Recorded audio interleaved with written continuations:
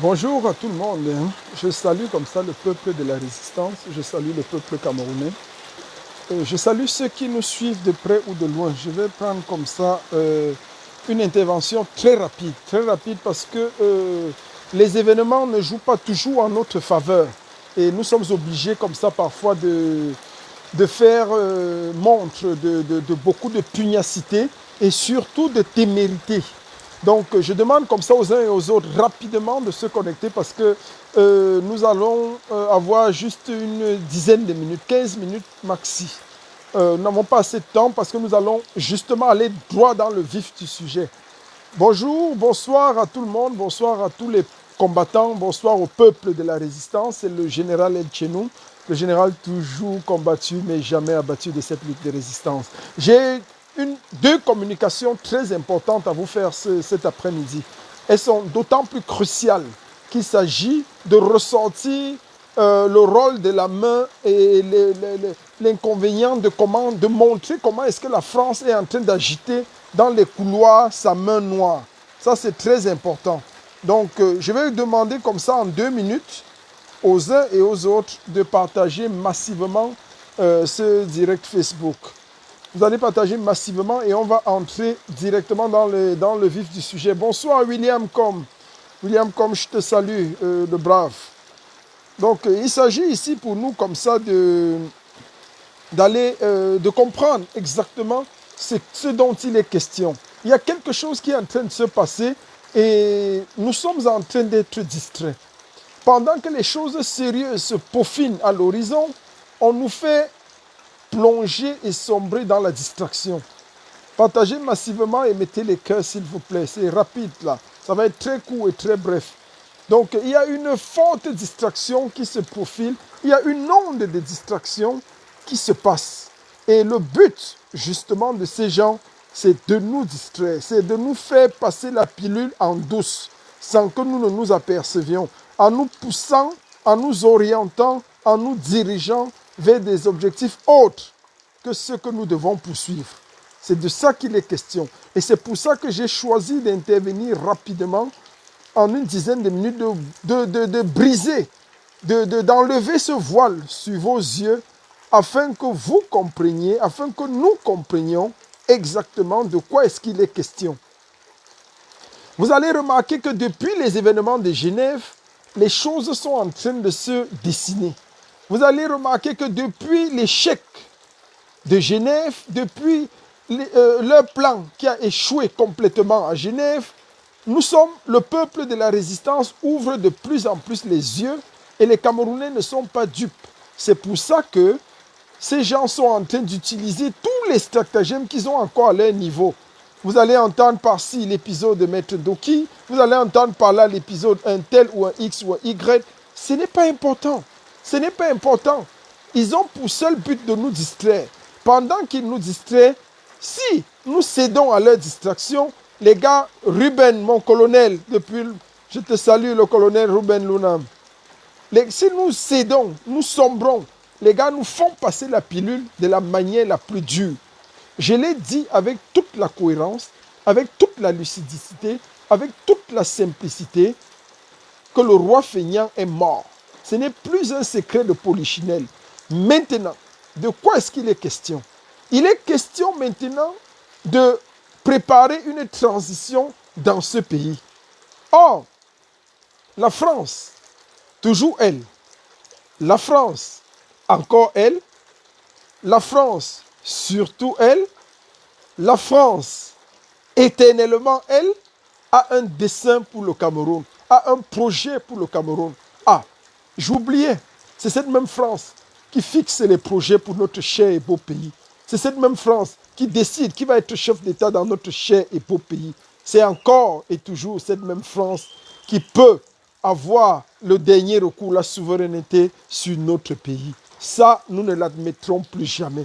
Cette France donc a un projet funeste pour le Cameroun, un projet de l'établissement, de l'intronisation d'un chef d'État, entre guillemets, au Cameroun. Et c'est ça que nous avons flairé, c'est ce maillon qui est en train d'être dessiné. Mais nous ne pouvons pas et nous devons faire montre de beaucoup de pragmatisme, d'ouverture d'esprit. Il ne s'agit pas ici pour nous de nous laisser encore une fois distraits. Il ne s'agit pas ici pour nous de sombrer dans des plans qui ne nous aident pas. Regardez, je vais vous faire un dessin simple.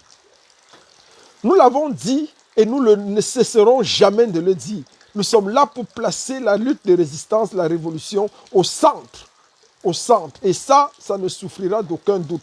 Jusqu'à ce que le président élu Maurice Kamto arrive à étudier, nous allons mener notre combat sans difficulté. Nous allons mener notre combat en bravant tous les obstacles possibles.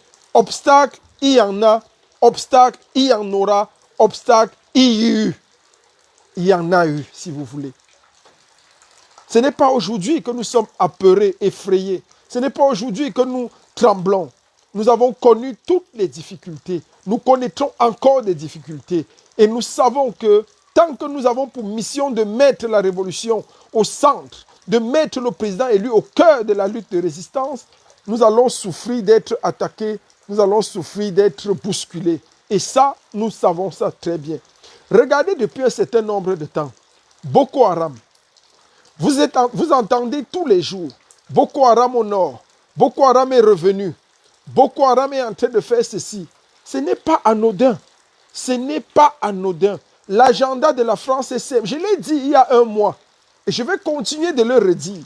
Je vais le redire à cause j'ai expliqué cette thèse-ci il y a un mois et plus, avant même que les gars ne fabriquent le voyage de la Suisse. J'ai dit, la France va tout faire pour, voyant que le gré à gré est bloqué par les activistes, voyant que le gré à gré est en train d'être bloqué par l'opinion camerounaise qui ouvre de plus en plus les yeux, elle va tout faire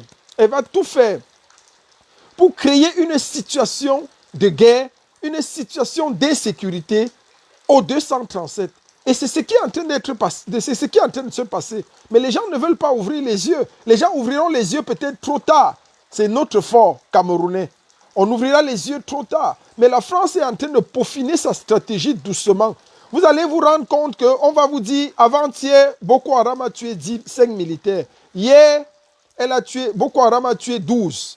Ainsi de suite. Boko Haram va tuer 30, va tuer 40, va tuer. Et ça, c'est le plan B de la France. Je l'ai expliqué ici. Le plan B, c'est quoi? Le plan B, c'est, ils ont vu que la guerre du Nozo ne passait pas. La guerre du Nozo ne requiert pas l'unanimité. Pourquoi? Parce qu'on voit le terrorisme d'un État contre sa population. On voit la violence d'un État contre ses citoyens. Alors, la solution est simple, la négociation. Comme ils ne peuvent pas utiliser ce filon de la guerre au Nozo pour se maintenir au Cameroun, la France utilise donc maintenant le plan B qui est celui d'utiliser Boko Haram. Parce que quand on parle de terrorisme, c'est quand même une affaire reconnue, condamnée par tous les États du monde. Vous ne pouvez pas voir un pays qui est attaqué par Boko Haram et puis vous ne vous indignez pas. Ce serait quand même injuste, ce serait quand même méchant. C'est pour ça que le filon de Boko Haram va se remettre sur la table. Boko Haram va faire des ravages les semaines à venir. Boko Haram est l'atout de la France pour poser et implémenter le gré à gré. Pourquoi? Il suffira de démontrer simplement que le Cameroun est un État en difficulté, un État de guerre. Et pour cela, qu'est-ce qui va être fait? Un régime militaire. Un régime militaire. C'est aussi simple que ça. Un régime militaire va s'installer. Dès qu'on va voir que non, le pays souffre, on ne peut pas, lorsqu'on est en situation de guerre, une guerre au Nozo, une guerre de Boko Haram, on ne peut pas parler de transition politique normale parce que le pays traverse la guerre. Alors on aura en ce moment recours à ce qu'on appelle ici l'État. Il y a ce qu'on appelle, il y a un terme juridique là, je ne sais pas comment on l'appelle. On appelle ça... Donc, il y aura recours ici à un processus de pouvoir exceptionnel. Oui, des pouvoirs exceptionnels. Parce que ce sera un état de crise. Alors, on ne peut pas respecter l'ordre normal des choses. Pourquoi? Parce qu'il y a une guerre au Nozo, il y a une guerre au nord du Cameroun, il y a une guerre au nord-ouest, il y a une guerre au nord-ouest et au sud-ouest. Alors, il faudra faire recours à un pouvoir exceptionnel. Il faudra trancher de manière rapide pour maintenir la stabilité, la continuité de l'État. Voilà le rôle de la France. Voilà ses ambitions pour le Cameroun. Je le dis encore, et je dis toujours mes choses doucement. Je ne suis pas là pour plaire ou bien pour vous dire ce qui va vous faire plaisir. Je vous dis uniquement la vérité. C'est ce qui est en train d'être peaufiné, c'est ce qui est en train de se passer. Je l'ai dit et je l'ai assumé que le roi feignant n'était plus. Ça peut choquer les uns, ça peut déplaire à d'autres, mais c'est clair qu'il n'est plus et que la transition, la vacance de pouvoir va être déclarée. Maintenant, qu'est-ce qu'il faut faire? La France commence donc à nourrir, à donner les armes aux terroristes de Boko Haram au nord du Cameroun. La France finance maintenant depuis quelques jours, depuis quelques semaines, elle est en train de pousser le bouchon bien loin en nourrissant, en armant, exactement comme elle a fait au Tchad, Alain Dupont, Diométio, exactement comme elle a fait au Tchad. Elle va pousser le bouchon plus loin. Boko Haram va entrer au Cameroun, faire des ravages dans les semaines à venir. Et lorsqu'on sera dans un état de confusion totale, où on ne saura pas ce qu'on doit faire entre la guerre du nord-ouest et du sud-ouest, entre la guerre de Boko Haram, alors elle va déclarer la vacance de pouvoir dans un contexte insécuritaire absolu, dans un contexte d'insécurité totale. Et c'est comme ça que les pouvoirs exceptionnels seront requis et l'armée ou une clique, une bande de voyous qu'elle aura préparée au préalable prendra le pouvoir et arrangera les choses de l'État. C'est de ça qu'il est question. Et je vous ouvre les yeux, je vous dis, nous n'allons pas laisser ça faire. Nous voyons le film se dessiner. Je le dis pour que les autorités françaises et les autorités camerounaises qui travaillent de commun accord dans ce projet funeste visant à voler au peuple camerounais sa souveraineté, sa légitimité, sa légalité, non, nous vous arrêterons juste. Cela ne passera pas. Ça, c'est très important. Et ça, c'était le premier élément de cette intervention qui ne va pas durer. J'ai encore 5 minutes. Le deuxième élément de cette intervention porte sur le leader incontesté et incontestable. Le leader incontourné et incontournable de la lutte de résistance. Je m'écoeure, je m'offusque parfois de comprendre que il y a un nom qui crée tant de remue et tant de problèmes. Je suis étonné de comprendre que c'est aujourd'hui, 2 ans et demi après, que beaucoup de nos confrères, beaucoup d'activistes, beaucoup de Camerounais comprennent l'urgence de ce que nous avons vu il y a de cela 2 ans. Je le dis toujours, la révolution, c'est aussi l'avant-gardisme. Il faut, dans toute lutte révolutionnaire, être avant-gardiste. Il faut pouvoir anticiper. Il faut savoir anticiper, savoir lire les cartes, même lorsqu'elles sont encore fermées. C'est ça la révolution. Faisons très attention. Lorsque nous pensions le mouvement corps, voilà bientôt 3 ans, les gens nous ont pris pour des plaisantins. Les gens ils n'ont pas compris ce que nous, quand je disais, il y a de cela 2 ans et demi, corps, Kamto ou rien. Quand je disais Kamto ou rien, les gens ne comprenaient pas. Mais aujourd'hui, toute la diaspora, tout le peuple camerounais est unanime que c'est le slogan de l'heure. Ils ont seulement du mal à le dire, mais ils sont tous choristes dans l'âme. Ils ont compris que c'est Kamto ou rien. Parfois, ils le disent sous une autre manière, sous d'autres formes. Ils vont utiliser d'autres stratagèmes. On va vous dire que Kamto c'est ceci, Kamto c'est l'équivalence, Kamto c'est l'alternance, Kamto c'est le choix du peuple. Mais en fait, ils sont en train de comprendre aujourd'hui ce que nous avons compris il y a 2 ans et demi. Parce que dans la lecture et la projection que nous nous sommes faits, en tant que révolutionnaire, on a réfléchi et on a compris que cet homme sera combattu. Cet homme on fera tout pour l'éliminer parce qu'il est la solution. Il n'est pas une solution. Je le dis encore, Maurice Kamto n'est pas une solution pour le Cameroun. Il est la solution, l'unique solution. Pour le moment, on n'en a pas deux. Les gens, on va faire quitter le bateau à des gens. On va vous embrouiller avec des démissions. On va vous embrouiller avec des calomnies, avec tout ce qu'on peut dire. Mais aussi, si vous avez encore la mémoire fraîche, il y a de cela 2 ans, lorsque j'ai lancé la série des évangiles sur Maurice Kamto, je l'avais dit. Les gens m'ont dit non, c'est être extrémiste, on est démocrate, on peut prendre n'importe qui. Allez prendre n'importe qui, vous essayez, vous allez confirmer le code. Essayez seulement n'importe qui, sauf Kamto. Parce qu'aujourd'hui, la France est unanime sur un projet. tout, sauf Maurice Kamto. Je n'ai pas dit tous. Si je dis tous, vous savez que je parle des êtres humains. Je dis tout, sauf Maurice Kamto. Ils sont prêts à prendre même le papier pour être président au Cameroun. Ils sont prêts à garder même une momie. Ils sont prêts à prendre le bois, la chaise, pour mettre président du Cameroun. Mais pas Maurice Kamto. Jamais, pas lui. Pourquoi? Parce que c'est un homme qui dérange. En fait, c'est aujourd'hui que les gens sont en train de comprendre ce que nous avons compris il y a 2 ans et demi. Et quand je le disais, on me traitait d'ethno-fasciste. On me disait que toi encore avec les histoires des radicaux, il ne faut pas être radical. On a envie de chasser seulement Maurice Kamto. Il ne s'agit pas de chasser. Essayez le chassement pour le chassement. Vous allez confirmer le code. Au lieu de faire le chassement pour le chassement, mieux on laisse la momie nous diriger. Je le dis encore et je parle simplement et avec beaucoup un ton sévère. Si vous voulez essayer le chassement pour le chassement, si vous croyez que la solution du Cameroun c'est de faire partie Biya, d'abord et réfléchir après, je vous assure, laissez la momie. Laissez la momie. Mieux encore, la momie nous gouverne. Parce qu'après Biya, si ce n'est pas Kamto, si ce n'est pas le choix du peuple, et le peuple a choisi Kamto, on va regretter et on va rentrer 100 ans en arrière. C'est là où on va pleurer Biya. Et ça, c'est ça qu'ils veulent. Au pire des cas, la France serait prête à gâter. C'est-à-dire qu'on entre dans les turpitudes, qu'on entre dans l'embrouille après la momie. C'est-à-dire quoi? Qu'on regrette et qu'elle revienne vendre les armes à tel groupe, à tel autre groupe, à tel autre groupe. Si ce n'est pas Maurice Kamto, après Biya, si ce n'est pas Maurice Kamto, moi-même je suis présidentiable. Pour que vous compreniez bien les enjeux. La seule personne qui peut m'empêcher aujourd'hui de poser ma candidature ou bien d'aspirer au fauteuil présidentiel, c'est Maurice Kamto. Si Maurice Kamto n'est pas partant, le général El Chenou est partant pour étudier. Vous croyez que je n'en ai pas la compétence?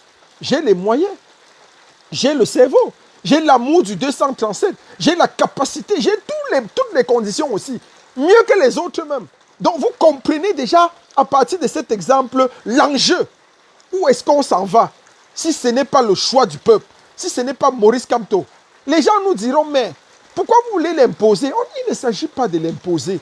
Il ne s'agit pas. Il s'agit de dire ici que lorsque vous amusez avec la souveraineté d'un peuple, le peuple a fait son choix.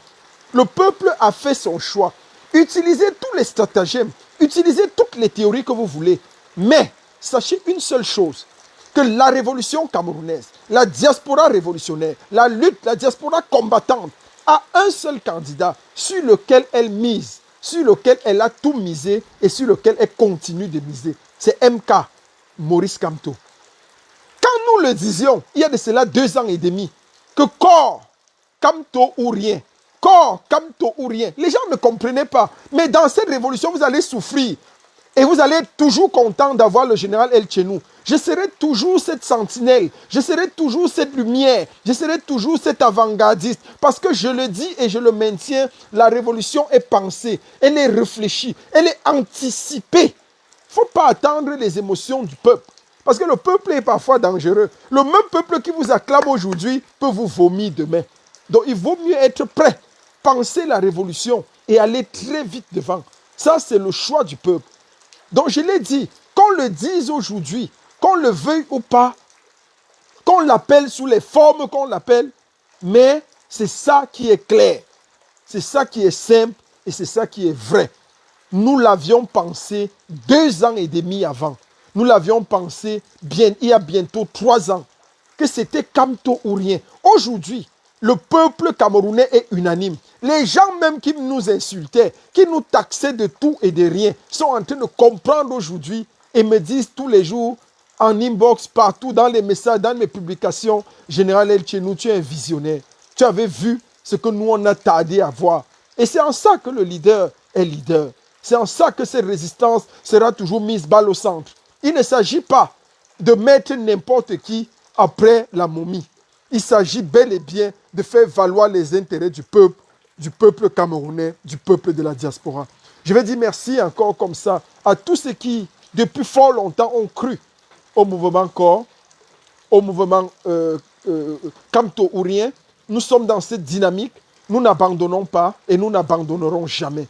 Maurice Kamto, je le dis toujours, est le leader incontesté et incontestable, indiscuté et indiscutable, inégalé et inégalable de la lutte de résistance. Nous avons foi en lui et il nous a dit qu'il ne nous trahira jamais. Nous aussi, nous croyons en lui fort et dur comme fer. Ainsi va, je termine comme ça, je vais chuter rapidement dans cette intervention d'aujourd'hui. La France a décidé de mettre la main noire sur le Cameroun. L'agenda de la France, c'est quoi? Financer le terrorisme de Boko Haram au nord du Cameroun, faire entrer les terroristes au nord depuis le nord du Cameroun, déstabiliser le Cameroun davantage, mettre le Cameroun dans une situation d'incertitude totale, déclarer la mort du sosie, de la momie, et enfin faire régner comme au Tchad un gouvernement unilatéral de force en prônant l'idée selon laquelle on a besoin d'abord de tranquillité, de stabiliser le pays, de la paix. Voilà le leitmotiv des Français, voilà ce qu'ils prévoient pour le Cameroun. Nous le disons toujours, et c'est après que le peuple comprend. Mais notre rôle est de dire, de dire et de dire. Nous allons vous le dire jusqu'à ce que mort s'en suive. Et nous allons lutter pour combattre l'hégémonie de la France, pour combattre le plan machiavélique de la France sur le Cameroun. Regardez bien les frontières, regardez bien le schéma. Boko Haram va faire des ravages, des massacres dans les semaines, dans les jours à venir.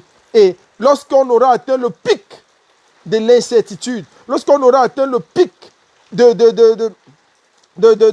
la déstabilisation du pays, on va nous annoncer tranquillement la mort de la momie et le rétablissement de l'ordre constitutionnel par un pouvoir de force. Ça pourra être l'armée, ça pourra être un passage de force d'une manière ou d'une autre. Je vais revenir là-dessus dans un prochain live pour vous expliquer le plan A, le plan B, le plan C, le plan D, tous les différents cas de figure qui s'offrent à nous, que la France a devant elle, et toutes les différentes possibilités que nous avons pour contrer cela. Ça ne passera pas. Nous sommes clairs là-dessus. Nous avons l'œil ouvert, les yeux ouverts, l'esprit ouvert, la force de nos bras, la dynamique dans nos cœurs. Nous allons contrer cela. Merci encore au peuple de la résistance. Merci. C'était une brève intervention comme ça, uniquement pour vous dire que la France a un agenda noir sur le Cameroun. Elle a commencé à financer Boko Haram au nord du Cameroun. Elle va continuer de multiplier ses stratégies. Et deuxième chose, Maurice Kamto, tout sauf lui, qu'on ne s'écoeure pas, qu'on ne s'émeut pas. L'épisode de Maître Ndoki, tous ces gens, on en connaîtra. Pende Koka, c'était simple, jusqu'à ce qu'on ait la confirmation, je ne l'ai jamais dit, mais il a été appelé par l'Élysée qui lui a promis, mais toi tu peux aussi être président. Voilà ce qui tue Pende Koka. Et la France le fait. Elle le fait toujours. Elle va appeler Mboua Massok, elle va appeler tel, elle va appeler Penda. Elle va lui dire, mais tu peux être président, tu fais quoi derrière Kamto? Tu es présidentiable. Tu as travaillé avec Biya en matière économique combien d'années? Nous, on te voit comme le futur président. Mais sors de là, tu te places en... C'est pour ça que le gars était gonflé. Il croyait qu'il avait l'aval de la France. Il a dit que, mais Kamto c'est qui? Kamto c'est qui? Il m'a nommé, lui c'est qui? Il me nomme en tant que qui? Mais la France est dangereuse. Je dis la France est dangereuse. Si vous ne comprenez pas encore le jeu de la France, c'est que vous êtes, ne faites pas la politique. Si vous ne vous asseyez pas à l'école de la France pour comprendre de quoi elle est capable. C'est la France qui tue Pende Koka comme ça. Un coup de fil. Ce n'est pas qu'on lui a donné l'argent. C'est un coup de fil de l'Élysée. Mon frère, on t'appelle, l'Élysée t'appelle. L'Élysée te dit que nous, on te voit comme président. Ta vie ne change pas. Rien que cet appel-là te met dans une autre posture quand tu es arriviste. Merci encore. C'était pour la petite blague comme ça. J'ai gardé cette information pour vous la donner en exclusivité à la fin. Mais pourquoi on rit, hein? On rit de ça. Beaucoup viendront. Dans les autres, on leur dira, vous êtes ceci, vous êtes candidat, vous êtes présidentiable. Laissez comme toi, vous aussi, vous avez la carrure, vous avez la prestance, vous avez l'honneur, vous avez les capacités. Allez-y, lancez-vous. Et puis vous rêvez, et puis vous voilà perdu. C'est comme ça que la France tue.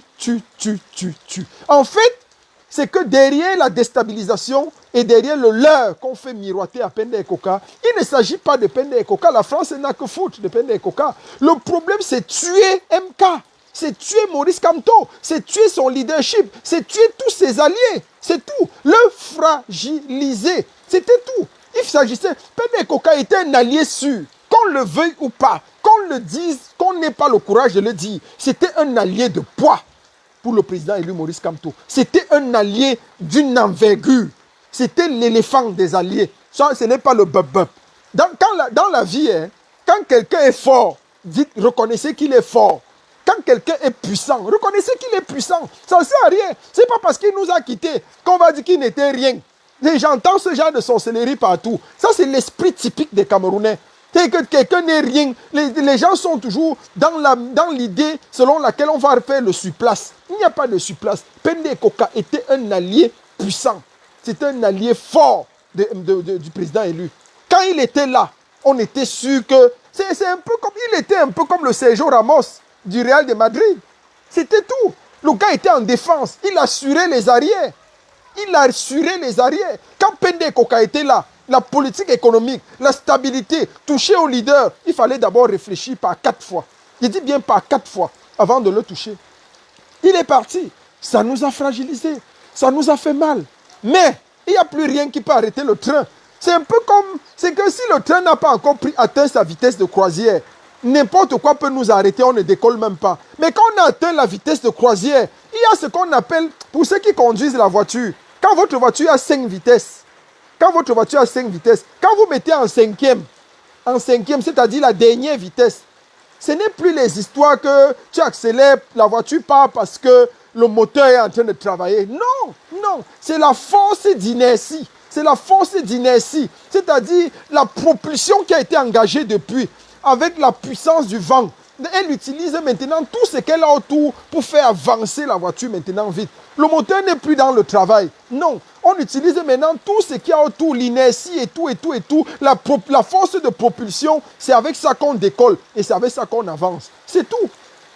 Et c'était comme ça. Le train de la résistance, gloire à Dieu, au moment où Pende Koka le quitte, a atteint sa vitesse de croisière. Donc on n'a plus besoin de charbon, on n'a plus besoin d'appuyer sur l'accélérateur. Non. On n'a pas besoin de tout ça. On a juste besoin de la force du vent. On est lancé. Et c'est comme ça qu'on est parti. Voilà ce qui nous est arrivé. L'épisode Maître Ndoki, même chose. C'est pour ça que je l'ai dit ici. Reconnaissez sa force. C'était la fiancée du peuple. C'était notre grande dame. On ne peut rien. Maintenant, on passe dessus. On dit brave, notre ex-fiancée. Tu étais notre fiancée, la fiancée du peuple. Tu es parti. Tu as décidé de te défiancer à nous, de ne plus être notre fiancée. Il n'y a pas de problème. Est-ce que le mariage est forcé? Vous voulez la forcer, pourquoi? Mais si elle était une jolie fiancée, une fiancée qu'on a aimée, reconnaissez-lui son titre et son rang. Quand nous avons décidé de prendre les ambassades, moi particulièrement à Berlin, quand je décide de me mettre en route, de faire 800 km pour aller à Berlin, saisir, prendre l'ambassade du Cameroun à Berlin, ce n'était pas parce que... C'est parce que j'ai vu cette femme, cette pauvre femme, avocate, qui marchait avec un drapeau dans la rue simplement blanc, ne demandant que la justice soit faite. Mais on a tiré sur elle. C'est l'image qui m'a bouleversé. J'ai dit non, on ne peut pas laisser ça. On ne peut pas laisser ça.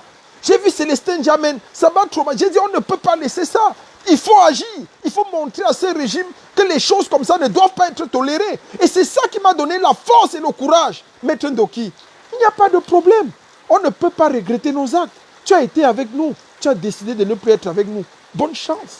Nous te souhaitons tout le meilleur. Mais nous saurons toujours que tu as eu une place de choix auprès de nous. Et si tu veux, ta place, ton fauteuil restera toujours là. Parce que nous croyons qu'un jour tu reviendras à des meilleurs sentiments. C'est tout. C'est la force de la foi. Il faut croire. Il faut croire tout simplement. Et nous continuons la lutte. Où que tu sois, quel que soit le type de combat que tu as décidé de mener, si tu as besoin de nous, nous serons là. Et si nous avons besoin de toi, nous osons croire que tu seras là. C'est tout. Voilà comment on doit réfléchir. Il y a des gens qui font comme si c'était la force. Choisir Maurice Kamto n'est pas la force. Ce n'est pas, tout le monde n'est pas obligé. Celui qui ne choisit pas Maurice Kamto, ça ne veut pas dire qu'il est bête. Parce qu'il y a des gens ici qui sont toujours dans l'émotion. Je le dis toujours. Si quelqu'un a décidé de ne pas choisir Maurice Kamto, ça ne veut pas dire qu'il est moins intelligent que nous. Ça ne veut pas dire qu'il est bête. Non. Nous avons fait le choix de Maurice Kamto, le leader. Les autres ont fait le choix de leur leader. Les autres ont choisi de ne pas choisir Maurice Kamto. C'est aussi leur choix. C'est la démocratie. Vous voulez qu'on prenne le pouvoir et qu'on fasse comment? Qu'on commence par quel type de méthode? Non. Mais nous sommes convaincus de notre choix. Il faut argumenter. Il faut leur montrer que si on choisit quelqu'un d'autre, on est mort. On a choisi Frunzi dans les années 90, mon frère. Quand Frunzi allait s'asseoir, il a vu les valises et les mallettes d'argent. Il a oublié le combat. Il a oublié le combat. Vous voulez qu'on prenne encore un aventurier, un libraire, un benskina, pour qu'il nous mette au carrefour? Mon frère, on a vu le combat en diaspora. On a vu ce que sont les gens qui se cherchent. Quand quelqu'un se cherche dans la vie, faites très attention. Faites très attention. Tous les chiens ne sont pas bons à nourrir. Tous les chiens ne sont pas faits pour être nourris, soignés. Parce qu'il y a des chiens que vous nourrissez, vous soignez. Ils ont besoin juste de la force pour vous mordre. Dès que vous finissez de le nourrir, de le soigner, il vous mord. Une fois. Et vous regrettez pourquoi vous avez fait ça. Donc, merci encore. Que Dieu bénisse la lutte de résistance, la lutte de révolution camerounaise. Que Dieu bénisse le mouvement Corps, qui est toujours là pour mettre la balle au centre de la lutte de résistance. La balle au centre dans la révolution camerounaise. C'est notre rôle, c'est notre mission. Nous allons toujours mettre la balle au centre. Et nous serons toujours là. Et par-dessus tout, que Dieu bénisse votre général. Le général toujours combattu mais jamais abattu. C'est toujours à cause de Corps qu'ils ont voulu me tuer. Il y a de cela. Ils ont utilisé Anango, ils ont utilisé tous les stratagèmes, tous les gars que vous connaissez aujourd'hui. Mais moi, je ne suis pas tuable. Je ne suis pas tuable. Celui qui veut me tuer se sacrifie d'abord. C'est-à-dire, il meurt et je meurs après lui. Or, comme il n'y a personne de courageux pour mourir, donc je ne mourrai pas. C'est le général El Chenou, le général toujours combattu, mais jamais abattu. Vive la lutte de résistance, vive le combat pour la lutte de libération du Cameroun, abat la France avec ses méthodes, abat la France avec son financement de Boko Haram sur le Cameroun, abat la France avec ses stratégies à penser tout le monde, sauf Maurice Kamto, pour la lutte pour la transition au Cameroun, abat la France avec son idée du gré à gré au Cameroun, abat la France avec ses méthodes colonisatrices barbares, abat la France de Macron, ce pays despotique, ce pays impérialiste, qui veut s'asseoir, qui a placé littéralement son genou sur le cou du Cameroun et qui voudrait asphyxier le Cameroun. Mais nous, de la diaspora combattante, nous avons vu le rôle de la France et nous avons décidé de sauver le soldat Cameroun. Vive la lutte de résistance. Merci encore Maurice Kamto, le leader incontesté et incontestable. Le leader incontourné et incontournable. Nous croyons en toi, nous croyons en ta force, en ton amour et nous irons avec toi jusqu'au bout. Nous sommes en train d'abattre un travail sérieux depuis le 237 qui est en train de peaufiner et asseoir toutes les sphères de la résistance, de la lutte. Dès que le signal sera donné au son de la sentinelle, nous sortirons tous en diaspora comme au 237 et enfin le Cameroun sera libéré. Merci encore, c'est le général El Chenou, le général de la lutte de résistance, le général de la révolution camerounaise. L'homme qui est toujours combattu, mais qui n'est et qui ne sera jamais abattu. Merci. Je vous aime.